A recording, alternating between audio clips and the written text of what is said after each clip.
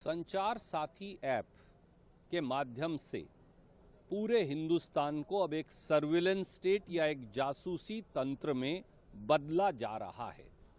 सरकार ने ये कहा है हर सेलफोन मैन्युफैक्चरर और इंपोर्टर को कि संचार साथी ऐप को कंपल्सरीली अनिवार्य तौर से अपलोड करना पड़ेगा हर स्मार्टफोन और सेलफोन में। ये भी सरकार ने हिदायत दी है कि जब जो एग्जिस्टिंग स्मार्टफोन है उसमें सॉफ्टवेयर अपग्रेड के माध्यम से संचार साथी ऐप को अपलोड किया जाए। और आदेश का तीसरा हिस्सा ये है कि संचार साथी ऐप को ना अमेंड किया जा सकता ना डिलीट किया जा सकता। इसका क्या इम्पैक्ट है हर सेलफोन यूज़र पर?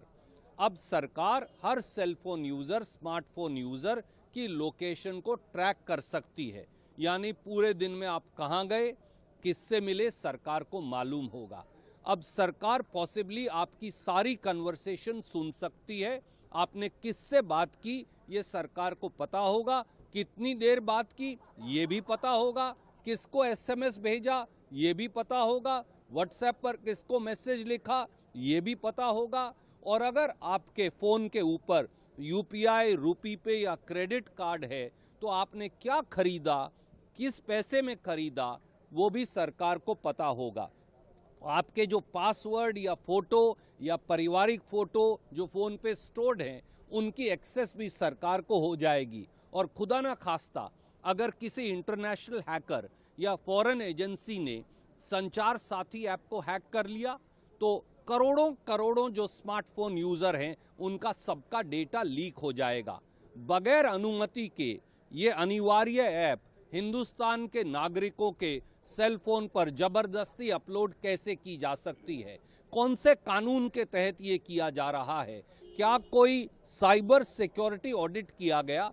क्या स्टेक होल्डर से कोई चर्चा हुई?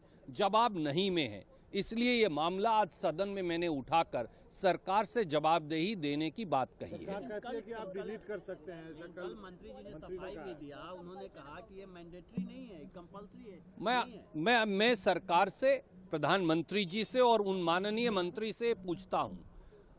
पहली बात तो आपने आदेश में लिखा है कि ये डिलीट नहीं हो सकती, पर मान लीजिए कि डिलीट हो सकती है तो भैया फिर आप अपलोड क्यों कर रहे हो? जबरदस्ती अपलोड क्यों कर रहे हो? अगर किसी को वो डाउनलोड करनी होगी तो वो ऐप स्टोर पर जाकर डाउनलोड कर सकता है। आप जबरदस्ती अपलोड करके फिर ये कहोगे कि अब ये डिलीट हो सकती है। इतनी देर में अगर फोन का सारा डेटा चुरा लिया गया तो क्या मंत्री जिम्मेवारी लेंगे? क्या जवाबदेह होंगे? सच्चाई ये है कि नॉर्थ कोरिया में एक रेड फ्लैग इसी प्रकार की ऐप है जो जबरदस्ती अपलोड की जाती है। हिंदुस्तान को नॉर्थ कोरिया जैसा फासीवादी मुल्क